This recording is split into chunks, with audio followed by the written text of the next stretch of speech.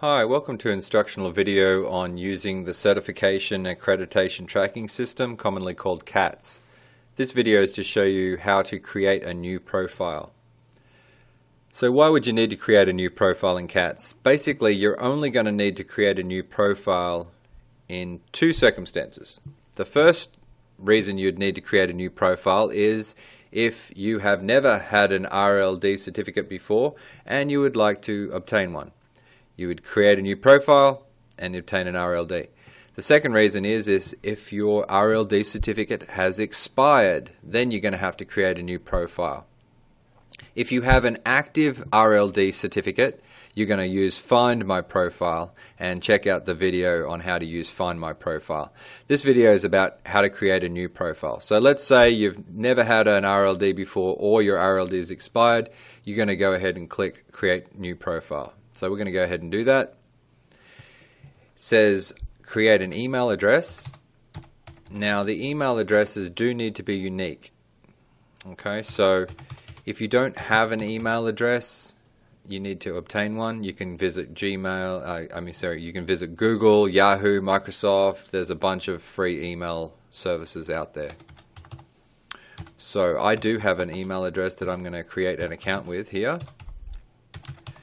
And I'm going to go ahead and put in a name. And this little thing here is called a CAPTCHA. And don't you all love these? This is basically to make sure that you're not a robot. So you put in that, you click submit. It says thank you for registering, and an email has been sent to that email address, and in order to complete your registration you need to click the link in the email. Alright, let's check it out. So let's go ahead and bounce over to that email and see if my registration email has arrived yet. Alright, cool, so there it is. Registration confirmation, thank you for registering. To activate your account, click here.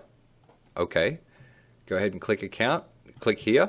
Takes you back to CATS where you can create your password. Okay. I'm going to go ahead and put in a password there. It's got some rules you can follow. Alright, so excellent. I've created my password. Now I'm just going to log in. So I'm going to use that email address. If I can type. Typing and talking is very difficult. So there we go. Alright, here we go. So email address in, passwords in, created. I'm going to click submit. Awesome. So the very first time you log in, or create a profile, it's going to say welcome, and I need to enter some contact information to complete setting up my profile. Alright, cool. This link here says public access to your contact information. Okay, so by default, of course, your email address and phone number is not made public. All that stuff is hidden. The only thing that is publicly available under search is your name and your certification types. Okay, and so, but if you want your email and your phone number public, like you're a contractor and you want to be contacted for, hey, you're an RLD available, you can make your public access information public and people can contact you if you want. But by default, of course, that is unchecked, so you decide.